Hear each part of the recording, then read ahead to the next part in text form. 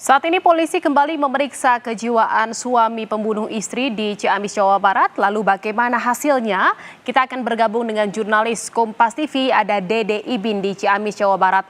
Selamat sore Dede, apa hasil pemeriksaan kejiwaan terhadap pelaku? Baik Jihan dan juga saudara, saat ini atau hari ini pelaku masih diamankan di Polres Ciamis. Dan pukul tadi ya, sekitar pukul 14.30, itu pihak kepolisian sudah membentuk tim khusus dengan mendatangkan satu orang psikolog untuk memeriksa kejiwaan pelaku yaitu Tarsum yang kini sudah dilakukan atau sedang berlangsung dilakukan pemeriksaan.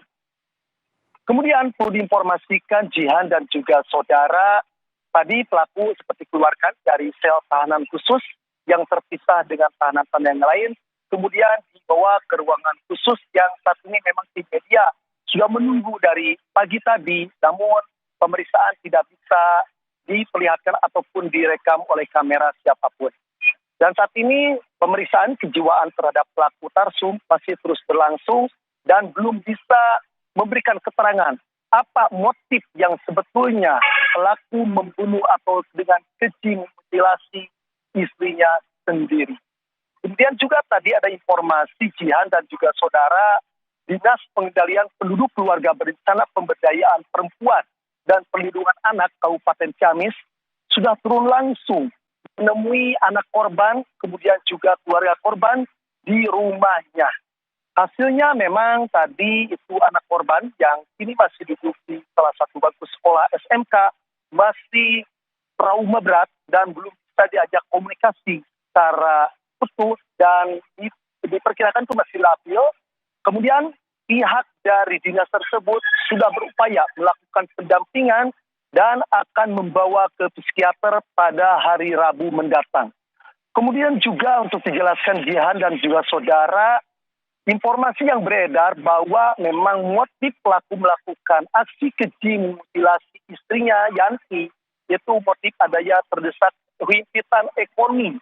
Dan perlu dijelaskan untuk diketahui tadi juga ada sedikit bantahan, bukan sedikit mohon maaf, membantah ada klarifikasi dari pihak keluarga korban, yaitu keponakannya dari pelaku, bahwa motif pelaku melakukan pembunuhan atau mutilasi terhadap istrinya itu bukan karena uang pinjol, tapi adalah korban dan pelaku itu terlilit utang piutang, di mana mereka meminjam uang ke beberapa bank, kemudian perorangan, kemudian juga terhadap bank Emo, ataupun terhadap bos yang saat ini teman bisnis pelaku atau korban. Dan perlu dijelaskan dia dan juga saudara, sebelumnya pelaku itu sempat sukses, dia punya usaha di daerah Bali, di Provinsi Bali, dan memiliki karyawan 20 orang, namun akhirnya perusahaan yang telah dirintis bertahun-tahun mengalami kebangkrutan. Dari itulah pelaku dengan korban sering mengalami cekcok. Hal ini diutarakan oleh salah satu saksi yang tidak jauh rumahnya dari rumah korban, bahwa sebelum dieksekusi atau dibunuh, dimutilasi, korban sempat cekcok antara kedua belah pihak, kemudian korban keluar rumah dan dikejar oleh pelaku, hingga akhirnya korban dipukul di kepala bagian belakang, kemudian jatuh dan dipukul bagian depannya. Kemudian pelaku mengambil pisau dari rumah. Dari itulah pelaku dengan keji dan sadis memutilasi istrinya sendiri. Tak hanya itu, yang lebih kejinya itu pelaku sempat menawar-nawarkan daging istrinya kepada warga, juga kepada ketua RT. Saat dilakukan mutilasi, tidak satupun warga ataupun dari pihak yang dekat dari sana mendekati terhadap pelaku. Karena khawatir melukai pelaku, melukai warga atau dan sebagainya. Mungkin seperti itu yang perlu diinformasikan dari Cian.